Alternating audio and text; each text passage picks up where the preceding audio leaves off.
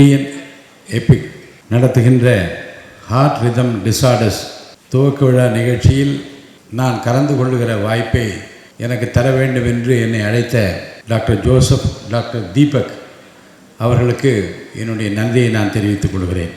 எனக்கு நம்பிக்கை இருக்கிறது, ஒரு புதிய அரசாங்கம் இப்போது வந்திருக்கிறது.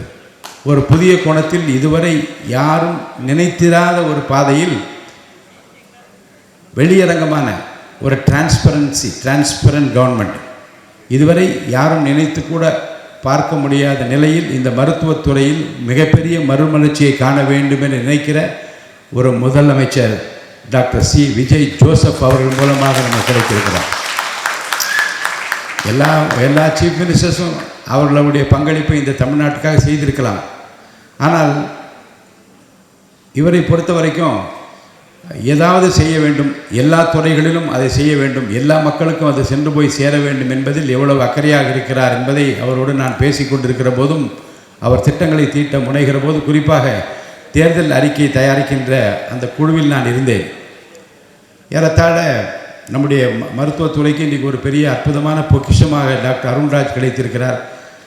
அவர் ஒரு டாக்டராகவும் இருக்கிறார். அதனால் உங்கள் பிரச்சனைகளை வெகு எளிதாக புரிந்து கொண்டு வித்தின் மினிட்ஸ் அதற்குரிய தீர்வோடு மாண்பு முதலமைச்சரை சந்திக்கக்கூடிய நேரமும் இடமும் அவர் கிடைத்திருக்கிற ஒரு நல்ல அமைச்சரை இந்த மருத்துவத்துறை பெற்றிருப்பதில் நான் மகிழ்ச்சி அடைகின்றேன். மக்களுக்கும் அப்படி மகிழ்ச்சி அளிக்கின்ற விதத்தில் பல திட்டங்களை எல்லாம் அவர் இன்றைக்கு தயாரித்து கொண்டிருக்கிறார். இந்த தேர்தல் அறிக்கை வந்தபோது பல விஷயங்களை விவாதிப்பதற்காக நானும் நம்முடைய மக்கள் நல்வாழ்வுத்துறை அமைச்சரும் மாண்பு முதலமைச்சரோடு உட்கார்ந்து பேசி கொண்டிருக்கோம். முதலமைச்சர் அப்போது தான் தேர்தலுக்கு தயாராகி கொண்டிருக்கிறோம். ஒரு மணி நேரம் நாங்கள் அவரிடம் என்னென்ன திட்டங்கள் என்று அவர் சொல்லிக்கொண்டே வந்தார், அவர் கேட்டுக்கொண்டே வந்தார். ஆனால் கை மட்டும் எதையோ எழுதி கொண்டே இருந்தது.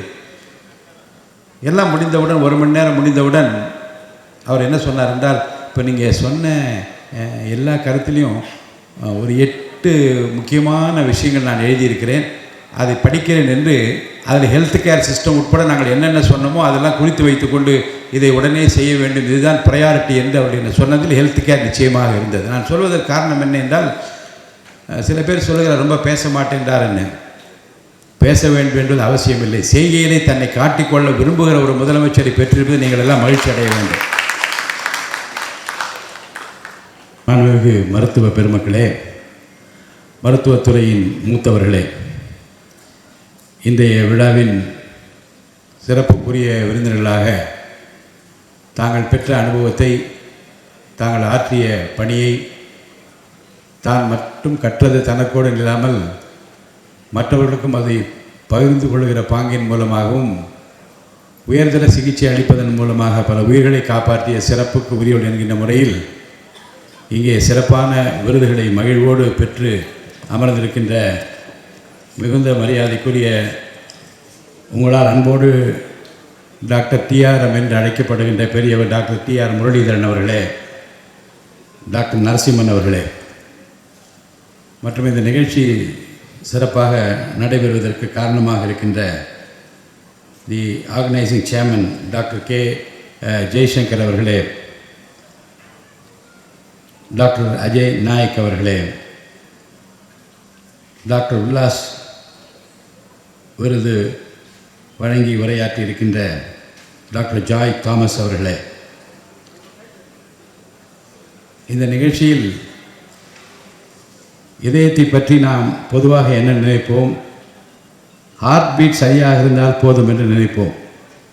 ஆனால் மருத்துவர்கள் சொல்லும்போது தான் புரிகிறது அந்த ஹார்ட் பீட்டுக்கு பின்னால் எவ்வளவு காம்ப்ளெக்ஸான ஒரு எலக்ட்ரிக்கல் சிஸ்டம் இருக்கிறது என்று நம்மாலே புரிந்து கொள்ள முடிகிறது. நம்முடைய இதயம் ஒரு பம்ப் மட்டுமல்ல, அது ஒரு ரிதமில் இயங்கும் அற்புதமான உயிரியல் அமைப்பு. அந்த ரிதமில் ஒரு சிறிய மாற்றம் ஏற்பட்டாலும் ஒரு மனிதனுடைய வாழ்க்கையை மாறக்கூடிய சூழல் இருக்கிறது. அதனால்தான் the art of dealing with arrhythmias போன்ற முக்கியமான தலைப்பில் இன்றைய பிளினரி டாக் நடைபெறுவது மிகவும் பொருத்தமானதாக இருக்கிறது. மருத்துவம் என்பது டயக்னோசிஸ் மட்டுமல்ல. மருத்துவத்தை பற்றி எனக்கு மிக அதிகமான டெக்னிக்கலாக பேசுவதற்கு தகுதி இல்லாவிட்டாலும் கூட, பொதுவாக ஒரு சட்டமன்ற உறுப்பினராகவும் மருத்துவர்களோடு அதிகமாக பழகக்கூடிய வாய்ப்பை பெற்றவன் என்கின்ற முறையில் நிறைய கற்றுக்கொண்டிருக்கிறேன். ஒரு மருத்துவரின் மிகப்பெரிய திறமை என்ன என்று நான் கணிக்கின்றேன் என்றால், அவர் எவ்வளோ பெரிய டயக்னோஸ் செய்கிறார் என்பதை அத்தோடு அது முடிந்து விடுவதில்லை. அந்த டயக்னோசிஸுக்கு பின்னால் ஒரு சாதாரண மனிதருக்கும் புரியும் வகையில் எப்படி சொல்லிக் கொடுக்கிறார் என்பதுதான் ஒரு மிகப்பெரிய திறமை, வரம் என்று நான் கருதுகின்றேன். இந்த விஷயத்தில் எனக்கு மிகவும் நெருக்கமான உதாரணமாக ஒருவர் இருக்கிறார் என்றால் அவர் டாக்டர் சிவகடாட்சன் அவர்கள். அவர் எனக்கு ஒரு ஃபேமிலி ஃப்ரெண்டு, டாக்டர் மட்டுமல்ல. அவருடைய ப்ரொஃபஷனல் அப்ரோச்சை நான் நீண்ட காலமாக கவனித்திருக்கிறேன். ஒரு டாக்டராக அவர் நோய்களை கண்டறிகிற போது, டயக்னோஸ் செய்கிற போது அவர் எக்ஸ்பிளைன் செய்யும் விதம் மிகவும் அழகானது. ஒரு மெடிக்கல் டேர்மை சொல்லிவிட்டு அங்கேயே நிறுத்திவிடாமல் இதன் அர்த்தம் என்ன, இது ஏன் வருகிறது, பேஷண்ட் என்ன புரிந்து கொள்ள வேண்டும் என்ற சாதாரண மனிதருக்கும் புரியும் அளவுக்கு நேரம் எடுத்து சொல்வார். அது ஒரு பெரிய கிஃப்ட். ஏனென்றால் ஒரு நோயாளிக்கு நோயை விட பயம்தான் சில நேரங்களில் பெரிய பிரச்சனையாகவே இருக்கும். டாக்டர் அந்த பயத்தை குறைத்து, இதுதான் உங்கள் பிரச்சனை, இதுதான் அதற்கான வழி என்ற நம்பிக்கையை ஏற்படுத்தும் போது பாதி சிகிச்சையே அங்கேயே ஆரம்பமாகி விடுகிறது. ஒரு நல்ல மருத்துவரின் இன்னொரு அடையாளம், நான் சிவகடாட்சம் அவர்களை தனிப்பட்ட முறையில் மதிப்பதற்கு இன்னொரு முக்கியமான காரணம் இருக்கிறது.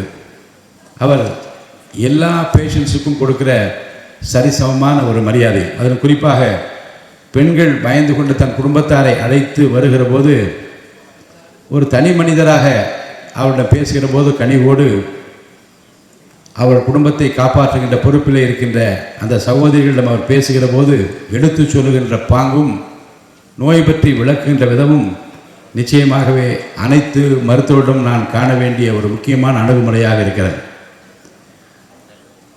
அதனால்தான் அவரை நான் ஒரு டாக்டர் என்று பார்க்காமல் ஒரு நல்ல ஹியூமன் பீயிங் என்று தொடர்ந்து பார்த்து கொண்டிருக்கிறேன்.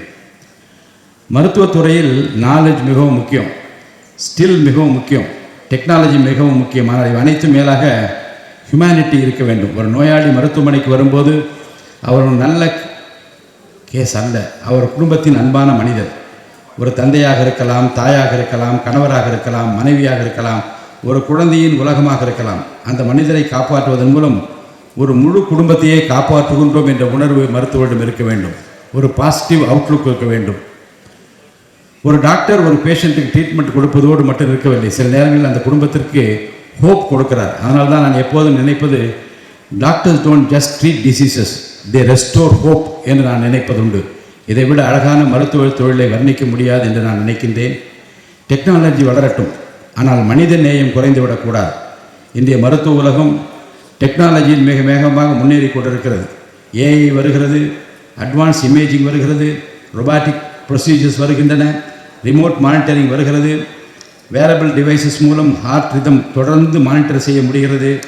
Electrophysiology it self has evolved tremendously என்று நான் சொல்ல வேண்டும். இவை அனைத்தும் வரவேற்க வேண்டிய முன்னேற்றங்கள் தான். ஆனால் டெக்னாலஜி எவ்வளவு வளர்ந்தாலும் ஒரு விஷயத்தை நாம் மறந்துவிடக்கூடாது. A machine can detect a heartbeat, but a human being understands what that heart means to the family.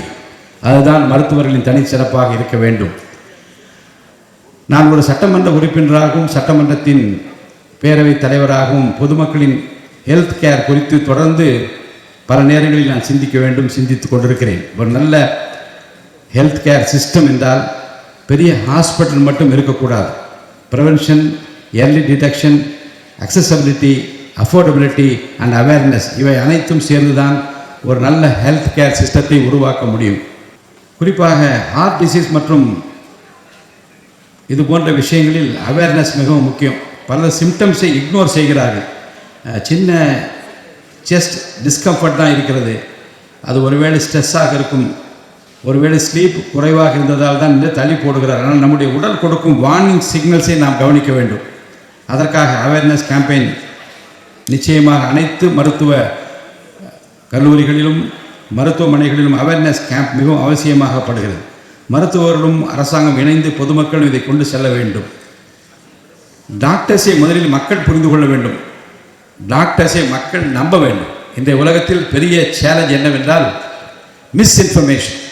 கூகுளில் ஒரு சிம்டம்ஸை பார்த்துவிட்டு அதை சர்ச் செய்து விட்டு அதன் அடிப்படையில் அவர்களாகவே டயக்னோஸ் செய்து இதுதான் நோய் என்று முடிவெடுத்து சோஷியல் மீடியாவில் ஒரு வீடியோவை பார்த்துவிட்டு ட்ரீட்மெண்ட் என்று முடிவு செய்து கொள்வதும், வாட்ஸ்அப் மெசேஜை பார்த்துவிட்டு அவர்களாகவே மருந்துகளை வாங்கி உண்ண முற்கொள்வதும் மிகவும் ஆபத்தான செயல் என்பதை மக்களுக்கு ஒரு விழிப்பு உணர்வாக நாம் ஏற்படுத்த வேண்டும். அதனால்தான் மெடிக்கல் ப்ரொஃபஷனலுக்கு ரெஸ்பான்சிபிலிட்டி இன்னும் அதிகமாகிறது. மக்களுக்கு சரியான இன்ஃபர்மேஷன் கொடுக்க வேண்டும். அதே நேரத்தில் மக்கள் மருத்துவர்களை நம்பும் சூழலை நாம் தான் உருவாக்க வேண்டும். ஒரு டாக்டர் ஒரு பேஷண்ட்டுக்கு எக்ஸ்ப்ளனேஷன் கொடுக்கும் அந்த சில நிமிடங்கள் கூட ஒரு மிகவும் பவர்ஃபுல்லான வெப்பனாக இருக்கும் என்று நான் கருதுகின்றேன். ஒரு ராங் ட்ரீட்மெண்ட்டை தவிர்க்கலாம், ஒரு உயிரை கூட காப்பாற்றலாம். அந்த எக்ஸ்ப்ளனேஷன் ஒரு அன்னெசரி ஃபியரை கூட அகற்றுவதாக இருக்க வேண்டும். இன்று விருது பெறுபவர்களுக்கு என்னுடைய பாராட்டுக்கள்.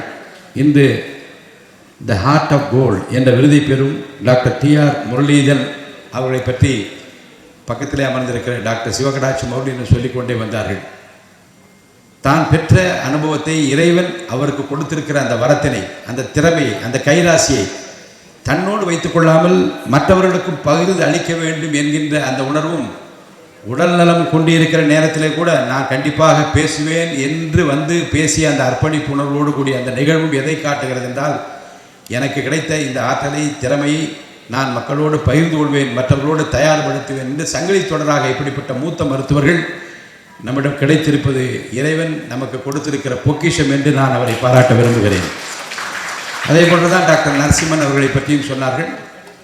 இவர்களெல்லாம் இந்த தமிழ்நாட்டுக்கு கிடைத்திருக்கிற ஒரு மிகப்பெரிய சொத்து என்று நான் கருதினேன். இப்போ பார்த்தேன், ஆஸ்திரேலியாவிலிருந்து ஒரு டாக்டர், யுனைடெட் கிங்டம்லேருந்து ஒரு டாக்டர், 2 பேர் கனடாவில் இருந்து 4 பேரையும் நீங்கள் கௌரவித்தீர்கள். அப்போ நம்மவர்கள், நம்முடைய நாட்டை சேர்ந்த நம்முடைய மருத்துவர்கள் உலகத்தில் எங்கு போனாலும் யாரை தொட்டாலும் அவர்களால் குணப்படுத்த முடியும் என்கின்ற நம்பிக்கை பெறுகின்ற அளவிற்கு இந்த விஞ்ஞான யுகத்தில் உலகமெங்கும் பரம்பி திரிந்து தங்களை தயார்படுத்தி கொண்டு தகுதி படைத்து கொண்டு இன்றைக்கு மற்ற நாடுகளில் மற்றவர்களை காட்டிலும் விஞ்சி நிற்கக்கூடிய திறமை மிக்கவர்களாக இருக்கின்ற ஒரு புண்ணிய பூமி இந்த இந்திய நாடு என்பதை நாம் மறந்துவிடக்கூடாது. அந்த அளவுக்கு திறமை பெற்றவர்கள் இங்கே இருக்கின்றார்கள். உலகம் எங்கும் போய் நம்மவர்கள் பெற்றிருக்கிற புகழும் பெருமையும் அவர்களால் இன்றைக்கு பல நாடுகளில் பல சிகரங்களை எட்டி தொட முடியும் என்கின்ற அந்த நிகழ்வுகளும் நாம் உள்ளபடியே மகிழ்ச்சிக்கு உள்ளாக்குகிற அந்த வகையில் கனடா நாட்டில் வந்திருக்கிற 2 மருத்துவர்களுக்கும், யுனைடெட் கிங்டம் வந்திருக்கிற ஒரு மருத்துவருக்கும், ஆஸ்திரேலியாவில் வந்திருக்கிற மருத்துவருக்கும் என்னுடைய நெஞ்சார்ந்த பாராட்டுக்களை நான் தெரிவித்துக் கொள்கிறேன்.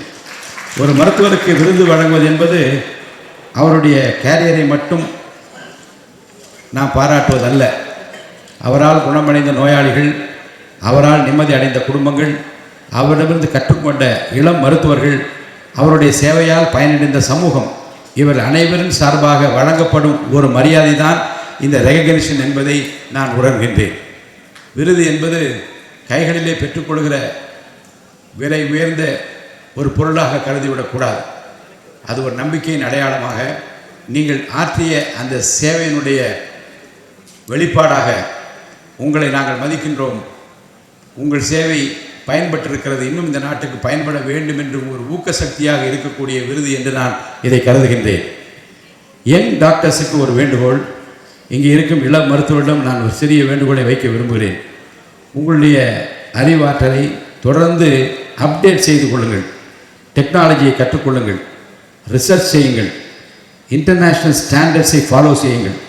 ஆனால் அதோடு சேர்த்து பேஷண்ட்டை கேளுங்கள், அவருடைய பயத்தை புரிந்து கொள்ளுங்கள், அவருடைய குடும்பத்தை புரிந்து கொள்ளுங்கள், அவருடைய ஃபினான்ஷியல் சிச்சுவேஷனை புரிந்து கொள்ளுங்கள். ஏனென்றால் மெடிசன் என்பது ஒரு சயின்ஸ் மட்டுமல்ல, medicine is science with humanity என்பதை மறந்து விடாதீர்கள். இன்று டிஎன் எபிக் 2026 துவக்க விழா நிகழ்ச்சியில் நான் கலந்து கொள்வது எனக்கு மகிழ்ச்சி அளிக்கிறது. இது வெறும் மெடிக்கல் கான்ஃபரன்ஸ் அல்ல, இதை நாலேஜை பகிர்ந்து கொள்ளும் ஒரு பிளாட்ஃபார்ம் என்று கருதுகிறேன். தாங்கள் பெற்றிருக்கிற பயிற்சியை, தங்களுக்கு கிடைத்திருக்கிற வரத்தை அடுத்த தலைமுறைக்கு கொண்டு செல்லும் ஒரு பிளாட்ஃபார்ம் என்று கருதுகிறேன். இந்த நிகழ்ச்சியை சிறப்பாக ஏற்பாடு செய்துள்ள அனைத்து மருத்துவர்கள், ஆர்கனைசிங் கமிட்டி மெம்பர்ஸ் மற்றும் அவரை சூழ்ந்து நின்று பணியாற்றி கொண்டிருக்கிற வாலண்டியர்ஸ் அனைவருக்கும் என்னுடைய பாராட்டுக்களை தெரிவித்துக் கொள்கிறேன்.